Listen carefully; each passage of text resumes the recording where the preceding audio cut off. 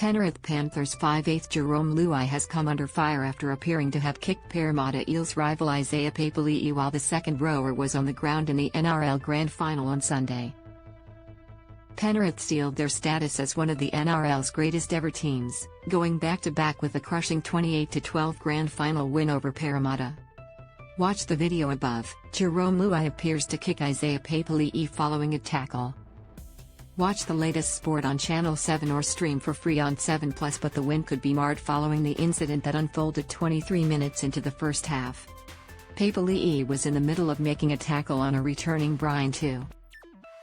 As Papali'i and another Panther struggled to bring two to the ground, Luai is seen forcefully shoving Papali'i. As Papali'i falls to the ground as part of the tackle, Luai appears to kick the eel. Penrith Panthers 5/8 Jarome Luai appears to kick Eels rival Isaiah Papali'i. Credit: 9 Neither referee Ashley Klein nor the bunker saw the incident, and no action was taken on the field at the time. The NRL on Monday confirmed Luai was not charged by the match review committee. Many who saw the incident unfold on televisions across the country claimed it could have left the Panthers with 12 men for at least 10 minutes. Loading tweet, loading tweet, loading tweet, loading tweet. In the end, it didn't matter much. For the first 10 minutes of Sunday's NRL Grand Final, Parramatta resembled a side that might make the Penrith machine malfunction. But as sure as night follows day, the Panthers clicked into gear and ensured the Eels' wait for a title would stretch into a 37th year. Parramatta had recalled Nathan Brown from the wilderness. He hadn't played at NRL level since round 17, to add some mongrel to their pack and ruffle the feathers of Penrith halfback Nathan Cleary. But by the time coach Brad Arthur put the former NSW Origin lock into action in the 30th minute, the Eels were 3 tries down. Parramatta have fallen short in breaking their 36-year title drought, losing 28-12 to Penrith. Dan Himbrex/op photos, credit: Parramatta's forwards had spoken of needing to win the fight with the Panthers in the middle to have any chance of beating them. But by halftime their starting pack had made just 146 meters. Penrith winger Brian 2 had made 142 meters on his own by that point. Penrith have successfully defended their NRL title by beating Parramatta by 16 points in Sydney. Dean Lewin/op photos, credit: Eventually the Panthers ran out 28-12 winners, but for a brief early period, the Eels gave hope that they could upset Penrith and deny them a second straight premiership.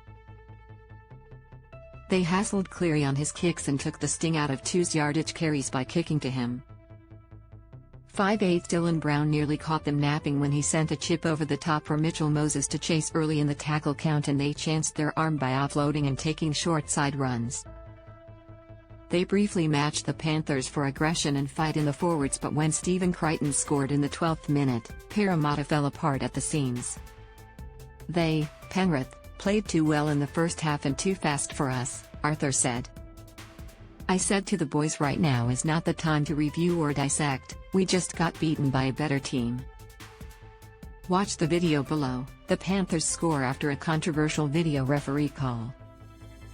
Play video. Panthers score after controversial video call. Panthers score after controversial video call. Panthers score after controversial video call. Arthur's men tightened up. They put the offloads away, and winger Walker Blake, who was troubled by Cleary's bombs in week 1 of the finals, didn't want anything to do with the Panthers' swirling floater kicks. The Eels' conservative approach played right into the Panthers' hands as they suffocated them into submission. Parramatta had just played the ball inside Penrith's 20-meter zone in the first 40 minutes. Penrith have successfully defended their NRL title by beating Parramatta by 16 points in Sydney. Dean Lewin/op photos, credit: fullback Clint Gutherson made uncharacteristic errors at the back, and the Eels' insistence on going for short dropouts ceded field position and played right into Penrith's hands. By the time Brown came on, the damage was done, and apart from late tries to Gutherson and Jake Arthur, they barely troubled the Panthers. With